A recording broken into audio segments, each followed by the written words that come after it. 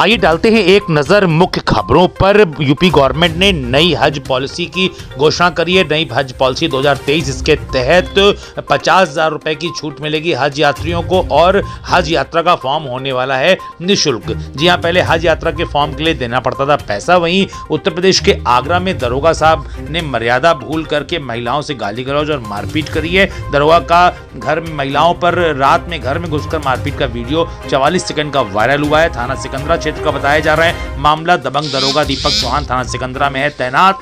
Viral video के बाद दरोगा दीपक चौहान को डीसीपी आगरा सिटी विकास कुमार ने किया सस्पेंड।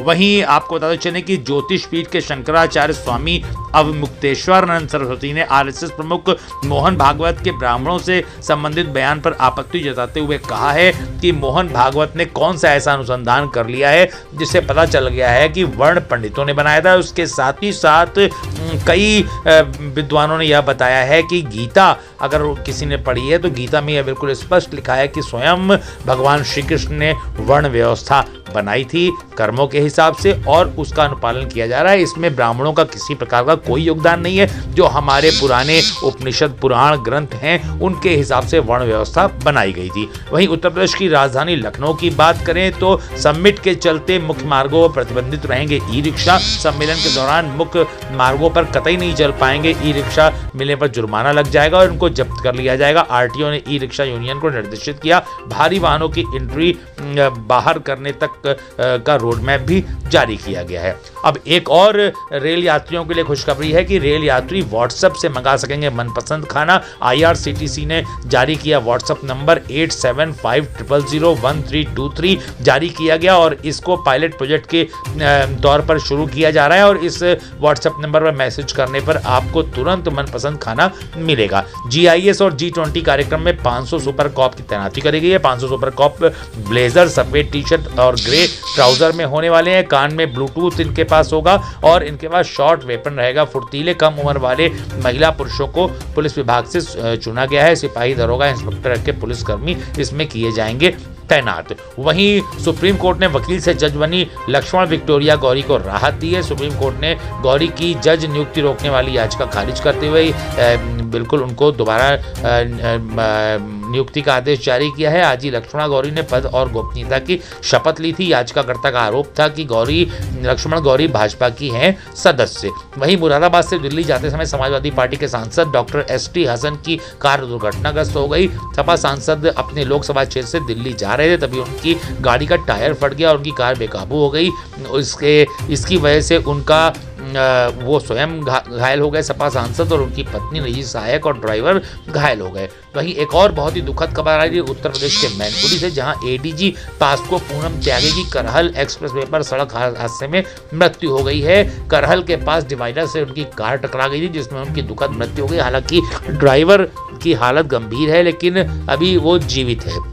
सत्र एवं जिला न्यायालय मैनपुरी की पास्को एक्ट की एडीजे पूनम त्यागी करहल में एक्सप्रेस वे पर उनकी गाड़ी डिवाइडर टकराने पर उनकी मृत्यु हो गई। सूचना पर पुलिस पहुंची और आनंद फानंद ने उन्हें सेफई पीजीआई पहुंचाया गया। चिकित्सकों ने उन्हें मृत घोषित कर दिया। सूचना मिलते ही न्यायिक अधिकारी मैनपुरी सेफई पीजीआई पहुंचे लेकिन तब तक सब कुछ समाप्त हो चुका था।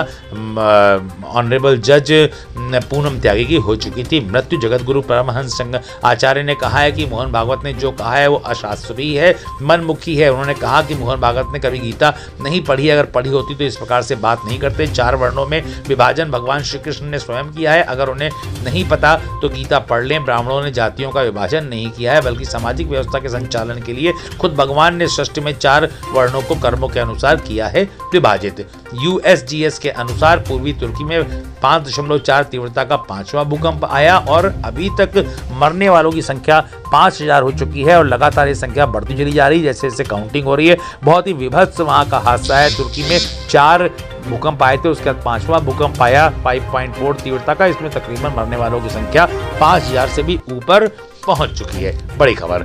इलाहाबाद हाईकोर्ट के बार एसोसिएशन का चुनाव संपन्न हो गया है। अध्यक्ष और महासचिव के लिए अध्यक्ष पद पर अशोक कुमार सिंह चुने गए हैं और महासचिव पद पर नितिन शर्मा ने दर्ज की है जीत। यूपी में तत्काल सभी आईएएस अफसरों को 15 तक की छुट्टियां उनकी निरस्त कर दी गई हैं। GIS और G20 की वजह से सभी आईएएस अफसरों की छुट्टियां निरस्त करी गई हैं। चीफ सेक्रेटरी दुर्गा शंकर मिश्रा ने ये आदेश जारी किया है, जो कि तत्काल प्रभाव से होगा लागू। कांग्रेस सांसद राहुल गांधी ने अडानी समूह को लेकर लोकसभा में बराबर केंद्र सरकार पर जमकर प्रहार किया। उन्होंने यह भी पूछा कि अडानी ने पिछले 20 सालों में बीजेपी को कितने पैसे दिए हैं, मैं ये जानना चाहूंगा। और कहा कि प्रधानमंत्री जी के साथ वो कितनी बार विदेश गए, कितनी बार प्रधानमंत्री जी के जाने के बाद वो तुरंत उसके बाद कितने कॉन्टैक्ट से मिले, यह भी उन्होंने कहा था, पूछा। राहुल गांधी ने कहा कि भारत जोड़ो यात्रा में युवाओं ने हमसे पहले कहा कि सर्विस और पेंशन मिलती थी, लेकिन अब हमें 4 साल के बाद निकाल दिया जाएगा। वरिष्ठ अफसरों ने कहा कि हमें लगता है कि अग्निवीर योजना हमसे नहीं बल्कि RSS की ओर से लाई गई है और इसे आर्मी पर